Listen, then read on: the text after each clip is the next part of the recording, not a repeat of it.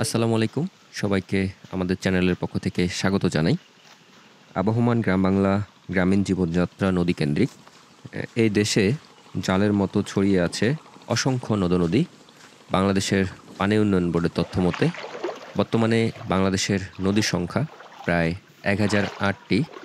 এই নদীগুলোর উপনদী ও শাখা নদী রয়েছে। উপনদী শাখা নদী সহ বাংলাদেশের নদীর মোট দৈর্ঘ্য হলো প্রায় 22,155 কিলোমিটার। তার মধ্যে সবথেকে বড় বড় যেসব নদী রয়েছে, প্রধান যে নদীগুলো সেগুলো হলো পদ্মা, মেঘনা, যমুনা, কর্ণফুলী, ব্রহ্মপুত্র, তিস্তা, পশুর এবং সাঙ্গু। আমাদের এই টাঙ্গন নদী ভারতের পশ্চিমবঙ্গ ও বাংলাদেশের মধ্য দিয়ে প্রবাহিত একটি নদী। এটি পুনর্ভবা নদীর একটি উপনদী। তো আজকেও আমরা চলে আসছি নতুন একটা পয়েন্টে। দেখুন, জাল ফালানো হয়েছে। প্রথমেই কিন্তু ঝাড় পরিষ্কার করা হচ্ছে এবং এই ঝাড়ের মধ্য থেকে কিন্তু বের হয়ে আসতেছে অনেক ছোট বড় নানা ধরনের মাছ। তো প্রথম ঝাড়টা তোলা হচ্ছে, দেখা যাক এর ভিতর থেকে কেমন মাছ আসে।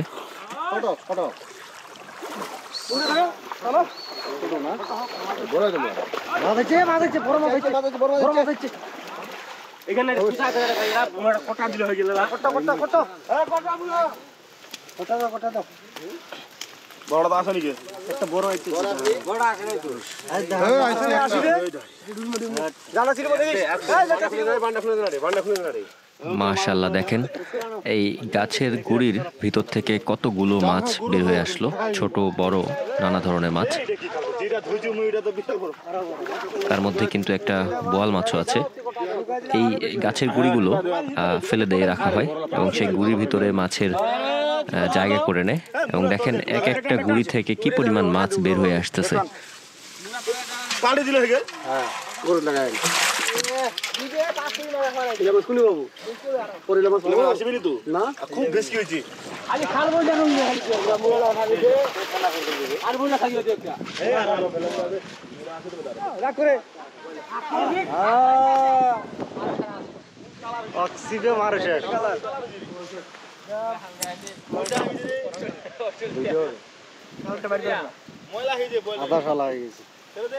দেখেন এই ঝাড়ের ভিতর থেকে কিন্তু বোয়াল মাছও ধরা হলো। তো বর্তমানে ঝাড় পরিষ্কার করা হচ্ছে এবং যখন এই ঝাড়গুলো পরিষ্কার করা হয় তখন কিন্তু এগুলো থেকে ভালো মাছ পাওয়া যায়।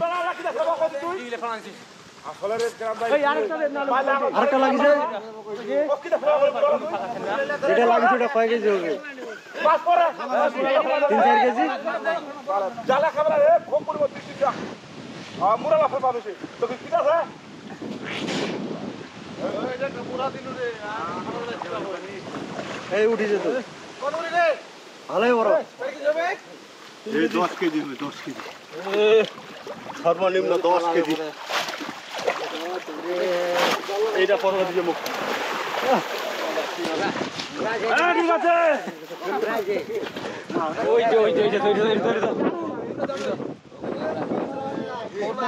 বড় বড়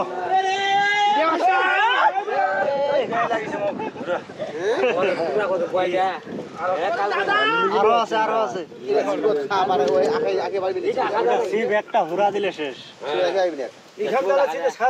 এই ঝাড়ের উপরে ঝাঁকি জাল ফালানো হয়েছিল এবং তারপরে ডুবে এই ঝাঁকি জালটাকে একখানে করা হয় এবং দেখেন অনেকগুলো কিন্তু বড় মাছ এসেছে।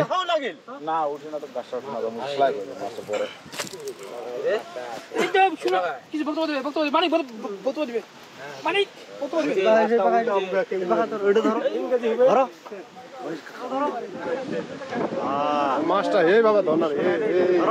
ঠিক আছে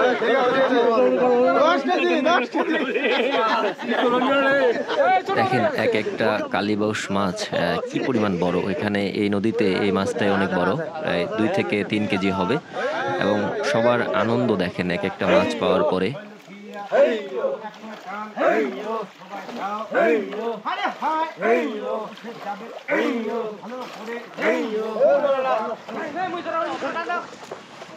তো আরো ঝাড় তোলা হচ্ছে, পানির নিচের যে ঝাড়গুলো আছে সেগুলো কিন্তু এভাবেই টেনে টেনে তোলা হয়।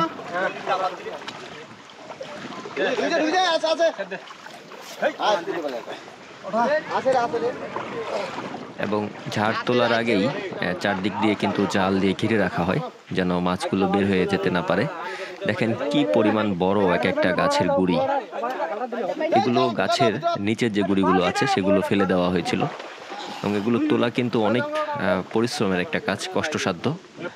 এবং তারপরে কিন্তু ভিতর থেকে বের হয়ে আসতেছে মাছ। দেখেন এই গুড়ি থেকেও কিন্তু অনেকগুলো মাছ পাওয়া গেছে।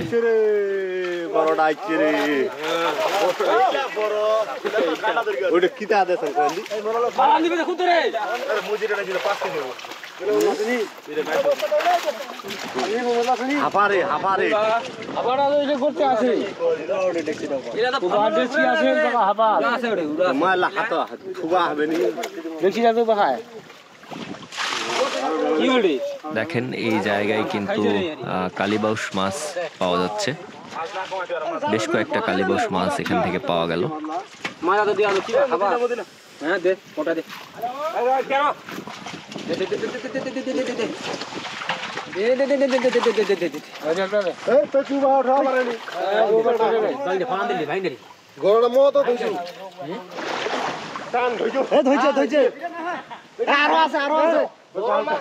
আরো আছে আরেকটা আছে তো, ওটা ধরে রান।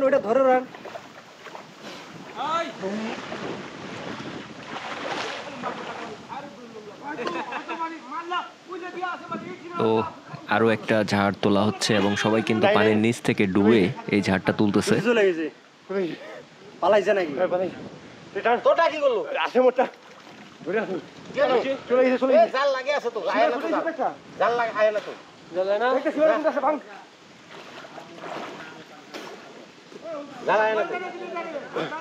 না কালীবাউস।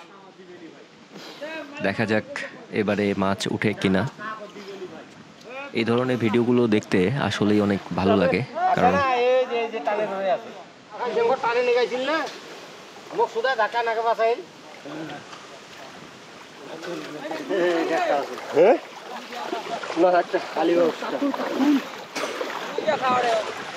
আরে বড় মাছ আছে দিন না বিলাস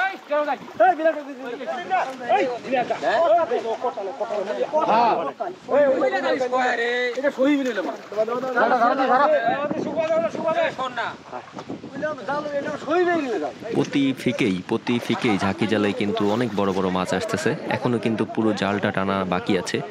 তো আজকের পর্বটি আসলেই অনেক ইন্টারেস্টিং। তো শেষ পর্যন্ত আমাদের সাথেই থাকুন এবং দেখি আমরা এখান থেকে শেষে কি পরিমাণ মাছ পাওয়া যায়। এখনো ঝাঁকি জাল ফালানো হচ্ছে, আরও ঝাঁকি জাল ফালা হয়েছে। আরেকটা জিনিস যদি আপনারা খেয়াল করেন, এই সময়টাতে কিন্তু নদীর পানি একেবারেই স্বচ্ছ, পরিষ্কার।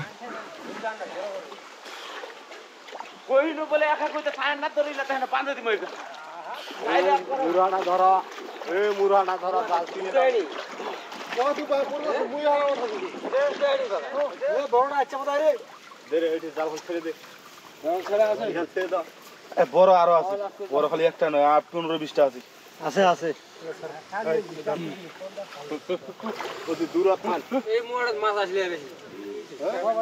তো আরো দুইটা গাছের গুড়ি তোলা হলো।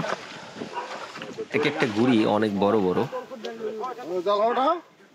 দেখা যাক এই গুড়িগুলো থেকে কি পরিমাণ মাছ পাওয়া গেছে। তো যেটা বলছিলাম, আসলে ঠাকুরগাঁও জেলার রানীশঙ্কৈলের জমিদার টঙ্কনাথের নাম অনুসারে নামকরণ করা হয় টাঙ্গন নদী। যেহেতু এটি পুনর্ভবা নদীর উপনদী এবং পুনর্ভবা মহানন্দার উপনদী এবং মহানন্দা পদ্মা নদীর উপনদী, তার মানে আমাদের এই নদীর মাধ্যমে কিন্তু পদ্মা নদী পর্যন্ত যাওয়া যায়। এই নদীর স্রোত পদ্মা পর্যন্ত গিয়ে মিলিত হয়েছে। এই নদীগুলোতে বুঝতে পারছেন যে প্রচুর পরিমাণে মাছ পাওয়া যায়। এই কারণেই আমাদেরকে কিন্তু মাছে ভাতে বাঙালি বলা হয়।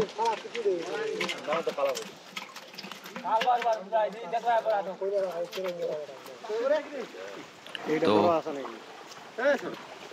আবারও কিন্তু দেখেন আরও একটা কিন্তু বোয়াল মাছ ধরে নিয়ে আসা হলো পানির নিচ থেকে। এই শিকারিগুলো অনেক দক্ষ, যখন তাদের পায়ের নিচে বা জালের মধ্যে পানিতে মাছ পড়ে তখন কিন্তু তারা ডুবে ডুবে সেই মাছ ধরে নিয়ে আসে।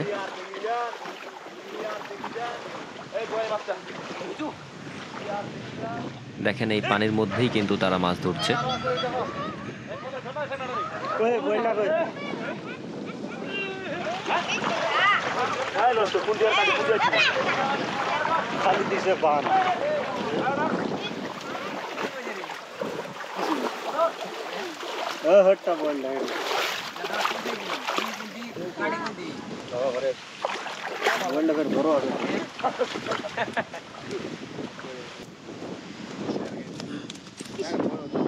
মাশাআল্লাহ, আরো একটা বোয়াল মাছ পাওয়া গেল।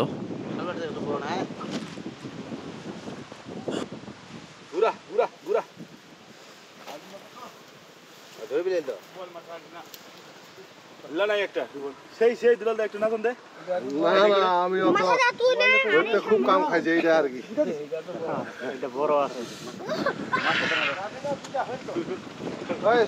ধরো আমার ধরো। তো আজকেও শিকারীরা ভালো মাছ পাবে, দেখা যাক শেষ পর্যন্ত কি পরিমাণ মাছ পাওয়া যায়। তো ঝাড় পরিষ্কার করা হয়ে গেছে, এখন সমস্ত জালটাকে টানা হচ্ছে। স্থানীয় যারা শিশু কিশোর আছে তারাও এসেছে মাছ ধরা দেখতে, সেই সাথে তারাও এইসব জায়গা থেকে কিছু মাছ পায়। বিশেষ করে মাছ জঙ্গলের মধ্যে অনেক মাছই থাকে, সেই মাছগুলো তারা আস্তে আস্তে করে কুড়ায়।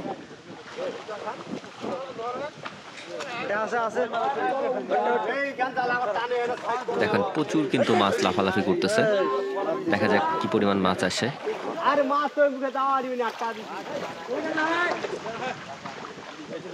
তো দেখেন আরো একটা বোয়াল মাছ।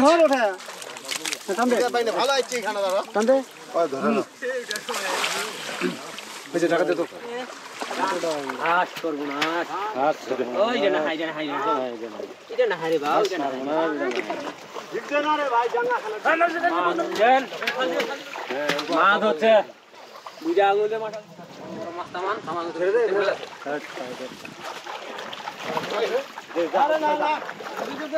আরো একটা বোয়াল মাছ।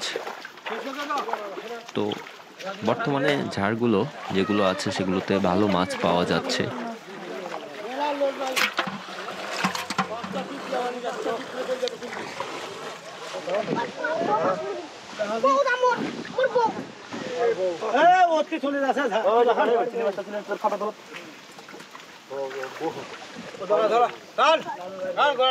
তো এখন আসলে পরিষ্কার করা হচ্ছে এই ঝাড়গুলোকে, এই আবর্জনাগুলো থেকে কিন্তু মাছগুলো আছে এগুলো বের হয়ে আসবে।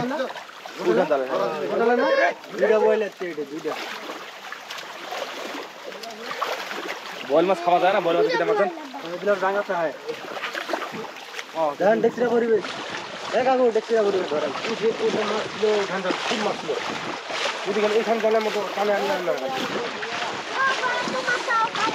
জ্বালান আনবেন না, জাহান তো সহে না।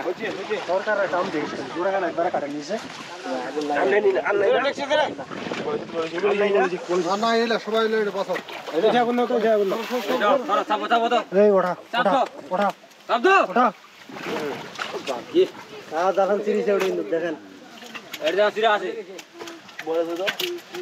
এই আবর্জনা থেকে এখন মাছগুলোকে আলাদা করা হবে।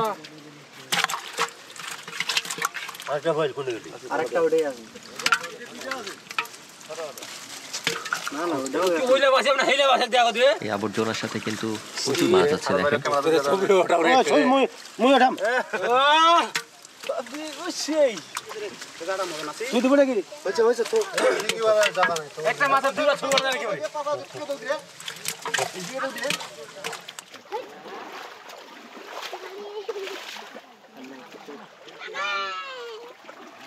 তো এই পাশটাতেও ভালো মাছ আছে।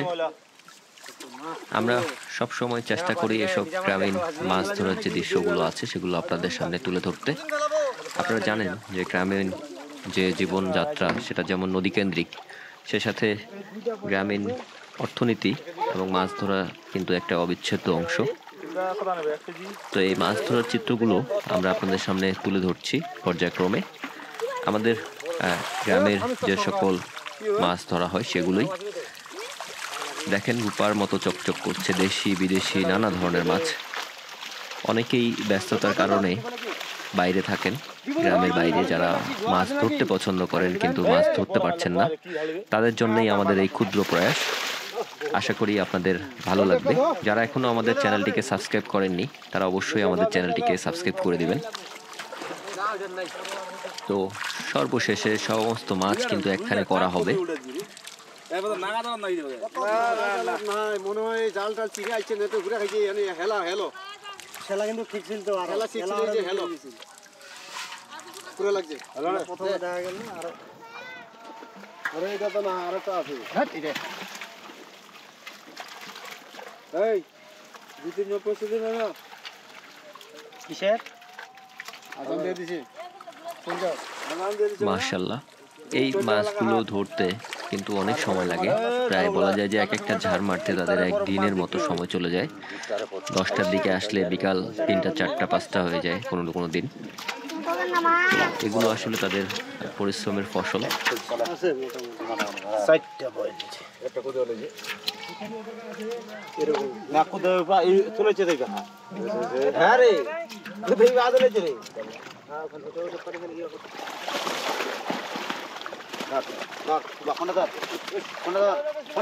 তো এই যে জায়গাটা মাছ রাখার পাত্র, এখানেও কিন্তু অনেক মাছ আছে।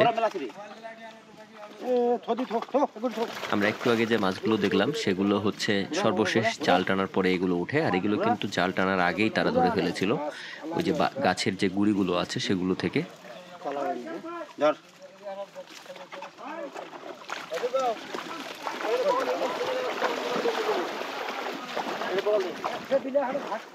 মাশাআল্লাহ,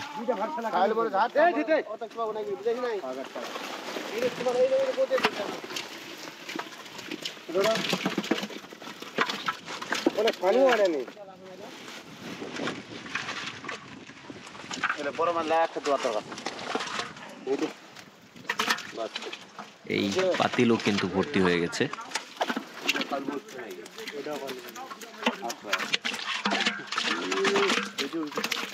তো এক একটা গ্রুপে প্রায় 10 জনের মতো মানুষ থাকে মাছ ধরার জন্য।